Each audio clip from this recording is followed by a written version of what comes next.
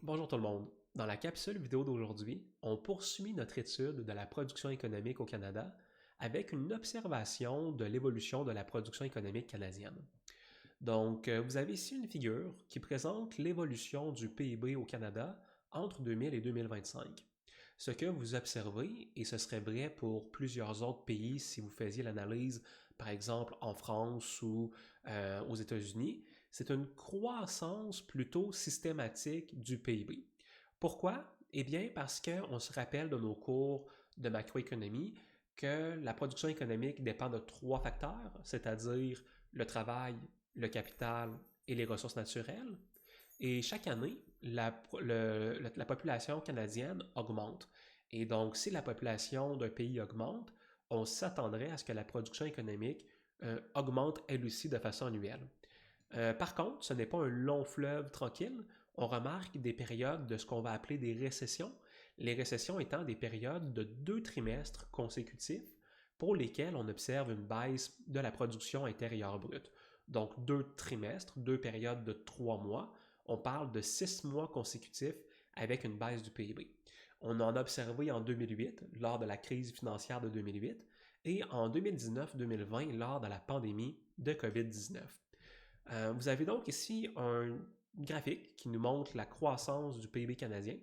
Ce qu'on peut faire avec un graphique comme ça ici, pour en avoir une meilleure idée, c'est de le transformer en graphique de croissance économique. La croissance économique, ça va être quoi? Ça va être l'évolution à travers le temps du PIB, de la production intérieure brute, qu'on peut calculer avec une formule qu'on vous enseigne en méthode quantitative, c'est-à-dire la formule de la croissance, la valeur finale d'un phénomène, moins la valeur initiale d'un phénomène, divisé par la valeur initiale fois 100. Et ça va vous donner la croissance d'un phénomène à travers 2 périodes. Par exemple, le PIB en 2024 était de 2,267 milliards, 2267 milliards, et le PIB en 2023 était de 2230 milliards de dollars. Quand je regarde la croissance du PIB, on parle donc ici d'une croissance de 1,69%. Ça veut dire qu'entre 2023 et 2024, le PIB canadien a augmenté de 1,69%. Et on peut faire ça entre chaque année. Entre chaque année, entre 2000 et 2001, entre 2001 et 2002, on peut observer comme ça la croissance économique, ce qui nous permet d'un petit peu mieux voir à quoi ressemble la croissance économique canadienne et quelle va être une bonne année versus une moins bonne année. Donc, une moins bonne année, on les voit, ce sont nos périodes de récession. En période de récession, le PIB canadien a diminué. Il est tombé là, avec une décroissance, c'est-à-dire que la croissance du PIB était négative pour l'année 2009, 2008-2009 et pour l'année 2019-2020, on avait également une décroissance du PIB canadien. Donc un PIB canadien en moyenne semble croître d'environ 2%. Donc 2%, c'est pas exactement une bonne année, mais c'est pas terrible non plus. Une bonne année pour un pays comme le Canada, on parle ici d'environ entre 3 et 4% au Canada, c'est ce qu'on considère comme une bonne croissance économique. Faites attention, ces résultats-là ne sont pas exactement généralisables à l'ensemble des pays. Le Canada, dans les dernières années, est un pays pour lequel la croissance économique a été relativement faible si tu la compares avec d'autres économies développées. Et si tu compares ça avec des économies peut-être à plus faible revenu, on pourrait penser à la Chine, eh bien vous verriez là, que certains pays ont des croissances là, nettement supérieures. Donc en Chine, on a déjà atteint là, des années avec des croissances là, bien au-delà de 10% par année, ce qui n'a pas été vu au Canada là, depuis très longtemps. Pourquoi est-ce que des pays comme la Chine a des croissances économiques beaucoup plus rapides que le Canada? C'est des questions intéressantes qu'on va couvrir dans le cours d'économie internationale. Donc, on se gardera cette information-là pour le cours approprié. Lorsque vous observez l'évolution du PIB dans un pays, vous faites ce qu'on appelle de la macroéconomie et de l'analyse de cycles économiques. C'est-à-dire que lorsque vous regardez les économies, on a dit qu'on n'avait pas un long fleuve tranquille, vous avez des périodes de croissance, des périodes de récession et de reprise économique. Et donc ça, vous avez ici l'exemple d'un cycle économique pendant la pandémie de COVID-19. Vous avez 3 grandes phases à un cycle économique. Vous avez un cycle de croissance économique. Donc, une période où la croissance économique est bonne, où la croissance économique est solide, suivie d'une récession pour des raisons qui souvent sont extérieures à nous, des raisons que l'on ne contrôle pas. Le PIB canadien ou le PIB du pays va commencer à chuter. Et ensuite, après une période d'ajustement pendant la récession, on va repartir en période de croissance économique, une période qu'on va appeler la reprise. Et la reprise va se confondre donc avec la croissance économique, c'est-à-dire que le cycle se répète comme ça. Au Canada, vous avez plusieurs cycles économiques.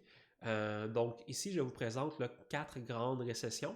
Je ne les couvrirai pas toutes avec vous. Je vais laisser ça à votre discrétion là, dans vos lectures de votre côté.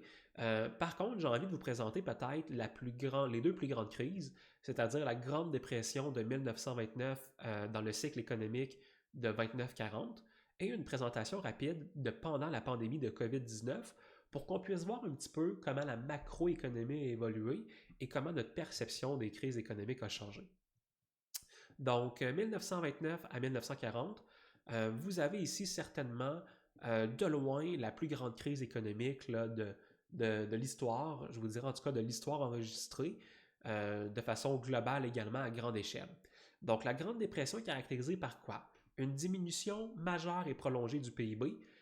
On a vu qu'entre 1929, donc à partir du crash boursier de 1929, jusqu'en 1933, donc une période de 4 ans où on observe le PIB chuter de 6 400 à 3 723, une chute qui correspond ici à une diminution de 41,83%. Ça, c'est particulier. C'est particulier, cette crise économique-là, parce qu'elle se distingue à la fois par son importance. Même les crises les plus importantes aujourd'hui, par exemple la crise de la COVID-19, n'a pas vu une diminution aussi importante que ça du PIB, mais surtout, la période sur laquelle cette grande dépression-là s'est déroulée, ça c'est du jamais vu dans les pays depuis les années 1900. Jamais les récessions qu'on a vécues au Canada se sont prolongées sur une si grande période de temps. Donc vous avez une énorme période de 4 ans avec un creux à 41,83% de diminution du PIB. Ça a été marqué, cette crise économique-là, par un retour du protectionnisme, donc un rejet du libre-échange, une perte de confiance totale des consommateurs sur les marchés et une banque centrale américaine qui a essayé de contrôler l'inflation en diminuant la quantité de monnaie en circulation dans l'économie. Aujourd'hui, on sait que tout ça, ce sont des politiques qui ont été néfastes à la gestion de la pandémie, à la gestion de la crise économique de 1929. La Grande Dépression, c'est souvent considéré comme un cas d'école de quoi ne pas faire en temps de crise économique, ce qui est une bonne nouvelle pour nous. Hein. Pourquoi? Parce que ça veut dire qu'on a été capable d'apprendre de nos erreurs et de réajuster le tir dans les futures crises économiques. Donc, je vais passer rapidement sur les autres crises pour aller à la pandémie de COVID-19 pour bien illustrer les différences entre les crises majeures d'aujourd'hui versus la crise de 1929. Donc, 2018-2022, vous avez le cycle économique de la pandémie de COVID-19. Qu'est-ce qu'on remarque? Eh bien, on remarque une diminution drastique du PIB. On parle d'une chute de 12% en l'espace de quelques trimestres. Entre l'espace du troisième trimestre de 2019 et le deuxième trimestre de 2020, le PIB a chuté de 12%, c'est-à-dire qu'on est passé là, de 1,5 milliard, de 1,77 milliard, pardon, 1000 milliards, à 1548 milliards. Et ça, on parle d'une chute donc de 12%. Une chute qui est importante, mais on remarque que comparativement à la pandémie, à la crise de la Grande Dépression de 1929, la crise a été moins significative, hein, c'est-à-dire une diminution de 12%, quoique la diminution a été très, très, très, très rapide. Et on remarque également que la crise a été beaucoup moins longue. On parle ici d'environ 3-4 trimestres de crise économique, ce qui est quand même nettement moins durable que les 4 ans observés en 1929. Et on remarque également que pendant la pandémie de COVID-19, les actions des gouvernements et des banques centrales ont été largement différentes à celles de 1929. C'est-à-dire, par exemple, que la Banque centrale du Canada n'a pas essayé de contrôler l'inflation pendant la crise en contrôlant la masse monétaire de façon restrictive. Au contraire, la Banque du Canada a injecté beaucoup d'argent dans l'économie pendant la pandémie de COVID-19. Et le gouvernement a également dépensé beaucoup d'argent. C'était ce qu'on appelait ici des politiques keynésiennes et des politiques monétaires expansionnistes. On aura deux cours vers la fin de la session où on étudiera en détail les politiques qui ont été mises en place pour lutter comme ça contre les récessions et les crises économiques. Donc voilà, pour l'instant, nous, c'est ce qu'on voulait couvrir dans la production économique. Alors, qu'est-ce qu'on retient de cette capsule-ci? On retient le cycle économique, donc comment l'économie fluctue à travers le temps, et on retient également comment mesurer les variations dans le temps du PIB pour être capable d'identifier l'importance des différentes crises économiques vécues.